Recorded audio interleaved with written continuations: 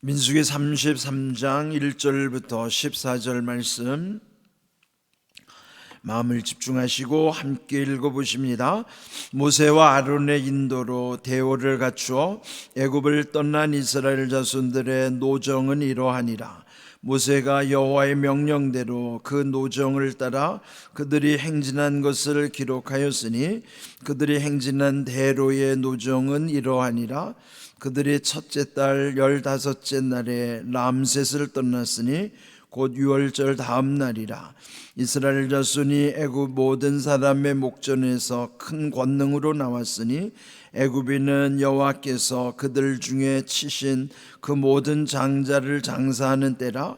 여호와께서 그들의 신들에게도 벌을 주셨더라.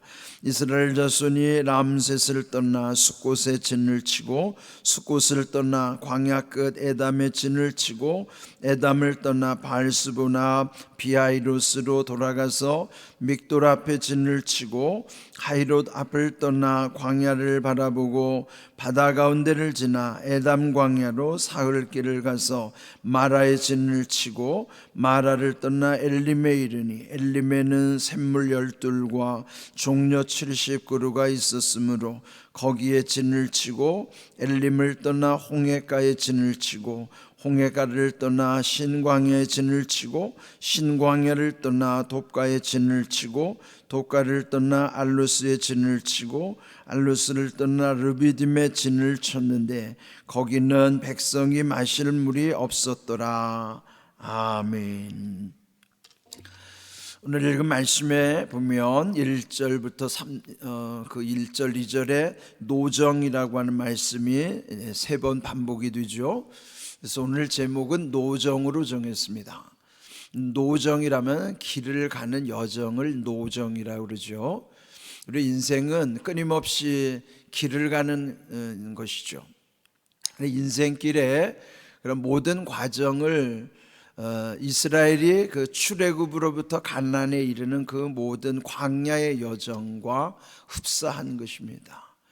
그래서 여기 이 그들의 노정, 그들이 어떤 길을 걸어가는 그 과정 속에 우리의 인생의 노정도 거기 있는 것입니다. 여행을 하려면 이제 여러분이 이제 단체로 그 여행을 하다 보면은 여행 일정 목록을 받게 되잖아요.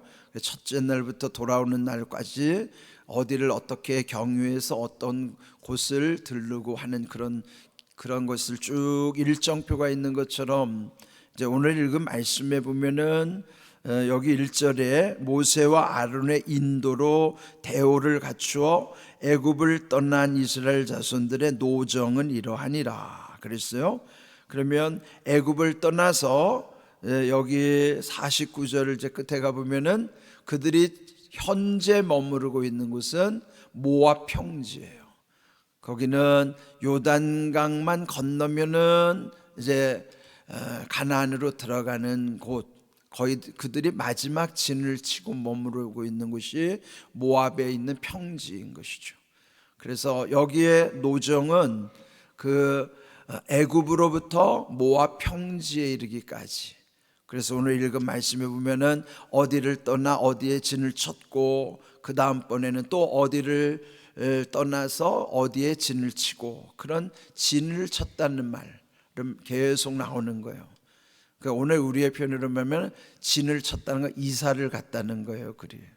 네, 여러분도 지금까지 이사 온 데를 쭉 돌아보면 태어나서부터 현재 여러분이 살고 있는 집까지 이사 다니는 곳을 쭉 떠올릴 때가 있죠. 근데 그것처럼 이들이 진을 친 곳을 중심으로 그 노정을 쭉 기록한 내용이에요. 그러면 왜 하나님은 이 노정을 기록하셨는가? 결국 우리의 삶의 흔적이 다 기록된다는 것을 보여주시는 거예요. 하나님도 다 기억하고 계시고 다 기록하고 계시는 거예요. 그러면 여기 이런 이 기록을 통해서 이 노정의 기록을 통해서 왜 하나님이 우리에게 일러주시고자 하는 게 무엇일까? 그것은 그들이 있었던 모든 노정 가운데는 하나님과 어떤 관계를 그 상황 속에서 맺었었는가? 그런데 대개 보면은요 이렇게 상기시켜 주시는 내용은 그들이 하나님을 배신했던 역사, 또 불평하고 죄악으로 가득 찼던 역사, 근데 이런 것이 다 거기 남게 되는 것입니다. 여러분, 이 나무라고 하는 것도요, 이렇게 밑둥을 잘라보면, 이렇게 가로로 탁 쳐보면 거기에 다 나이테가 쭉 그려져 있잖아요. 그런 전문가들은 그 나이테만 보면은 그 나무의 역사를 다 거기서 읽어내는 거예요. 그런데 또 하나 재미있는 것은 그 나무를 세로로 쫙 잘라보면요, 거기에는 나뭇결이 보이는 거예요. 나뭇결에는 아름답게 보이잖아요. 가로로 치면 나이테가 보이고 세로로 자르면 거기에는 나뭇결이 보이는 거예요. 그러니까 우리 인생은요, 우리 인생의 나이테도 보면 우리의 세월의 고난의 세월이 거기 다 기록되어 있을지라도 그거를 또 다른 측면에서 이렇게 보면 거기는 아름다운 우리 인생의 무늬들이 또 보여지는 거예요. 그것처럼 하나님이 우리에게 이렇게 인생의 노정표를 한번 떠올려 보라고 하는 거예요. 오늘 한번 여러분의 여기 지금 현재 살고 있는 데까지 여러분이 태어나서 기억나는 곳, 이사 다닌 곳, 그러면 그때마다 그곳에서 있었던 삶의 애환들 한번 좀 쭉 회상해 보면 좋을 것 같아요. 저는요, 새벽마다 그 과거서부터 여기까지 그 회상하는 일을 참 잘하는 편이에요. 그래서 제가 여기까지 이제 6번째 교회에 이르기까지 우리 이제 교회를 중심으로 하면 6번 이사를 다닌 거죠. 이제 그런 과정을 보면 그때 있었던 중요한 사건들이 떠오르는 거예요. 그때 있었던 사람들이 기억나고 또 사건들이 기억나고 이제 그런 것을 한번 돌아보는 것이죠. 그럼 왜 돌아보겠어요? 아름다운 추억만이 아니라 반성해야 될 점도 많고, 그런 것들을 통해서 더 감사하게 되고 또 남은 인생을 어떻게 더 하나님 앞에 소중하게 살 수 있을까를 생각하게 되는 것입니다. 그래서 오늘 이 여정을 통해서 여러분의 삶의 노정 다시 한번 돌아보면서 우리의 남은 인생 미래를 어떻게 또 하나님이 기뻐하시는 삶의 방향을 향하여 나아갈 것인가 하는 것 생각을 하면 좋을 것 같습니다. 자, 2절 보시면 모세는 하나님의 명령대로 그 노정을 따라갔다. 이게 중요한 거예요. 우리의 인생의 노정도요, 하나님의 명령, 하나님의 말씀, 하나님의 뜻을 따라가는 인생이 복이 있는 인생인 것이죠. 모세가 그렇게 하나님의 명령대로 노정을 따라서 그들이 함께 행진한 기록, 이것이 여기 쭉 말씀에 남는 것이죠. 이제 여기 출발점이 보면 3절이에요. 첫째 달 15째 날, 그들이 이제 출발한 날인 거예요. 애굽을 떠난 날이 정월 15일째 되는 15일인데 그 다음 설명에 보면 6월절 다음 날이라 그랬어요. 그럼 6월절은 며칠입니까? 정월 14일인 거예요. 이 날짜는 우리 달력이 아니고 유대의 달력이에요. 유대력. 그러니까 유대력으로 1월 14일은 6월절, 그들이 해방된 날이에요. 그 6월이라는 게 뛰어넘어갔다는 거잖아요. 그러니까 애굽에 내려진 10가지 재앙, 마지막 10번째 재앙이 장자 죽음의 재앙이잖아요. 그는 사람의 장자든지 가축의 첫 새끼든지 하여튼 첫째는 다 하나님이 죽이는 날이에요. 근데 그 장자를 죽이는 날에 그 히브리 민족은 살려주시는 거예요. 근데 그 순종하는 사인이 뭔가? 어린 양의 피를 문설주 인방에 바르면 죽음의 사자들이 유월한다는 거예요. 유월은 뛰어넘어간다는 거거든요. 그래서 죽음의 사자들이 유월 뛰어넘어갔다. 그래서 유월절인 것이고, 그 다음 날로부터 7일 동안은 또 그들이 해방된 날을 기념하면서 무교절을 지키라 해서 그 다음부터 일주일은 무교절이지만 어찌하든지 나중에 무교절을 지키게 되죠. 그런데 그들이 6월절 14일 그 다음 15일 날에 그 애굽을 떠나는 것이죠. 그렇게 떠나는 날이 3절 끝에 보면은 큰 권능 가운데 나왔다. 하나님의 큰 권능. 왜? 그들이 노력으로 된 게 아니잖아요. 우리나라가 해방된 것도 우리의 자력으로 된 것이 아니듯이, 또 여기 이들을 해방시켜 주신 것도 하나님의 큰 권능으로 되어진 것인데, 그 당시 4절 보세요. 애굽 사람에는, 애굽인들은 어떻게 됐는가? 그날 그들이 나오는 날, 그러니까 14일 날 밤에 그 애굽 땅에는 장자들이 다 죽었어요. 집집마다 다 죽은 거예요. 첫 아들들이 그 애굽의 가정마다 다 죽었고, 기르는 첫 새끼들 다 죽었어요. 그러니까 그들이 해방되어 나오는 날은 애굽 사람들은 집집마다 다 장사 지내는 날이에요. 한번 생각해 보세요. 해방의 기쁨을 가지고 나오는 그 히브리 민족들과 정작 그 본토 사람들은 그날이 다 애곡하는 날이라요. 통곡의 날이에요. 이런 상반된 모습. 그런데 그 다음에 또 4절 그 마지막 줄에 보면은 그들이 섬기는 신에게도 벌을 주셨다 하는 거예요. 그들이 섬기는 신이 뭐예요? 태양신. 뿐만 아니라 그들은 다신 신이 많다는 거죠. 그러니까 10가지 재앙은 다 그들이 섬기는 신을 심판하는 거예요. 첫 번째 신, 나일강의 피가 흐르는 거죠. 그 나일강을 섬기는 거예요. 그들이 나일강 신을. 그래서 10가지 재앙은 그 대표적으로 그들이 섬기는 10가지 신을 심판하시는 거예요. 하나님이 벌 주시는 과정, 그런 거를 그 노정 가운데 먼저 탁 기록하시는 거예요. 그러면은 그 출발할 때부터 그 노정에 기억하면, 그날이 얼마나, 여러분 상상해 보십시오. 평생을 살면서 그때 우리 민족이 이랬었지, 하나님이 우리에게 이렇게 해주셨지, 하나님의 은혜와 그 사랑을 새기면서 그들이 또 미래를 바라보는 거예요. 그러면 현재가 고통스러울지라도 과거의 하나님의 은혜를 기억하면 이거를 넉넉히 이길 수 있는 거예요. 그것처럼 하나님의 은혜를 경험한 사람들은요, 현재의 고난도 다 돌파하는 거예요. 이겨내는 거예요. 지난 세월이 하나님의 은혜였는데 지금 이것쯤이야.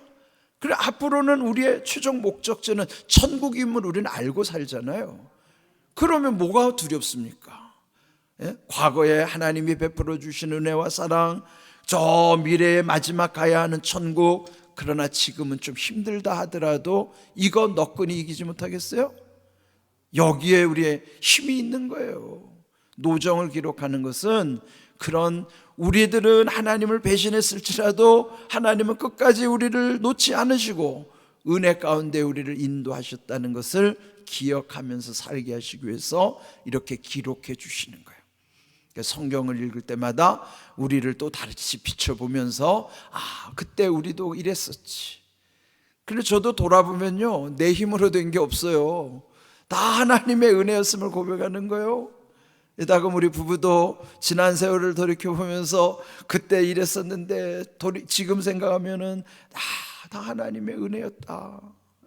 그 고비고비마다 그런 하나님의 은혜 베풀으셨음을 그때는 몰랐어요. 왜 어려운 과정을 갔는지. 그러나 지금 돌이켜보면 하나님이 그때 그래서 그 가운데 우리를 지키시고 이렇게 은혜를 주셨구나, 그걸 기억하는 거예요.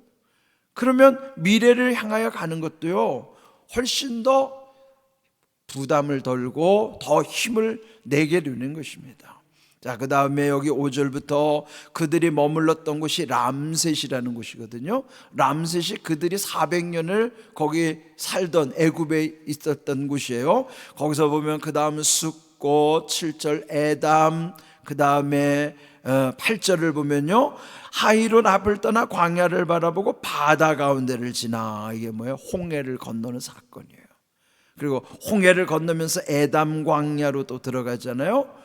네, 이들이 계속 광야로부터 또 홍해를 건너고 또 광야를 가는 거예요. 그 에담 광야를 지난 다음에는 마라와 엘림을 향하여 홍해가에 있는 신광야, 마침내 르비딤을 거쳐서 16절 신광야, 그 신의 광야에까지 이르는 거예요.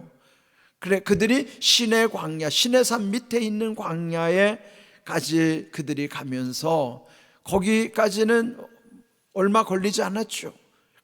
그런데 이제 거기 시내 광야에서 한 1년 가까이 체류하면서 시내산에서 모세를 통해서 하나님이 율법을 주시고 또 그들에게 제사에 관한 것도 알려주시고 또 거기서 인구조사도 하게 하시고 그래서 대오를 정비하여 또 그들로 하여금 그 광야 40년 길을 잘 갈 수 있도록 새롭게 정비하는 과정이 바로 그것인 것이죠.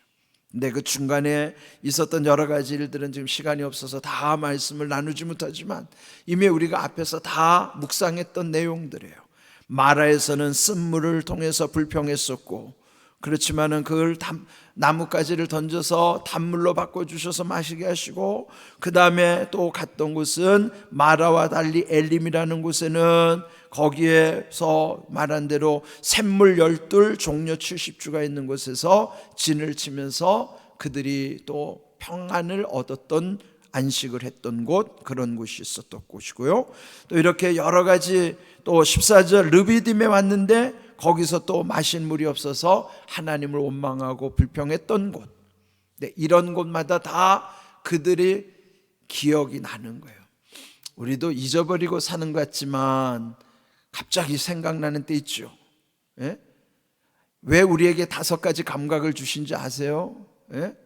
5가지가 시청, 후, 미, 촉. 예? 눈으로 보고 귀로 듣고 코로 냄새 맡고 맛보고 느껴 감각하는 모든 것은요, 그 감각을 통해서 다 마음하고 연결이 되는 거예요. 그러니까 여러분 된장찌개나 무슨 어렸을 때 맛있게 먹던 것, 그 뭐 어릴 적 기억이 다 떠오르잖아요. 그러니까 우리 후각을 통해서 옛날을 기억하게 하시고, 무슨 귀를 통해서 소리를 들으면 또 그것도 다 기억나게 하는 거예요. 감각기관 5가지는 다 마음과 연결돼서 우리의 과거를 다 불러일으키는 거예요. 회상하게 하고요, 요즘은 기억을 소환한다 그러잖아요. 이런 모든 거예요. 그러니까 우리가 하나님의 심판 앞에 서면 뭘 변명할 수 있겠어요? 한 번만 탁 눌러버리면 우리 기억이 다 올라오는데요. 예? 그래서 우리는 잘 살아야 돼요. 예? 하나님의 은혜를 기억하면서 함부로 살지 말고, 함부로 말하지도 말고, 함부로 대하지도 말고, 하나님의 은혜 가운데 소중히 여기고, 이런 모든 것을 아름답게 우리가 모든 것 잘 감당할 수 있기를 주님의 이름으로 축복합니다. 아멘.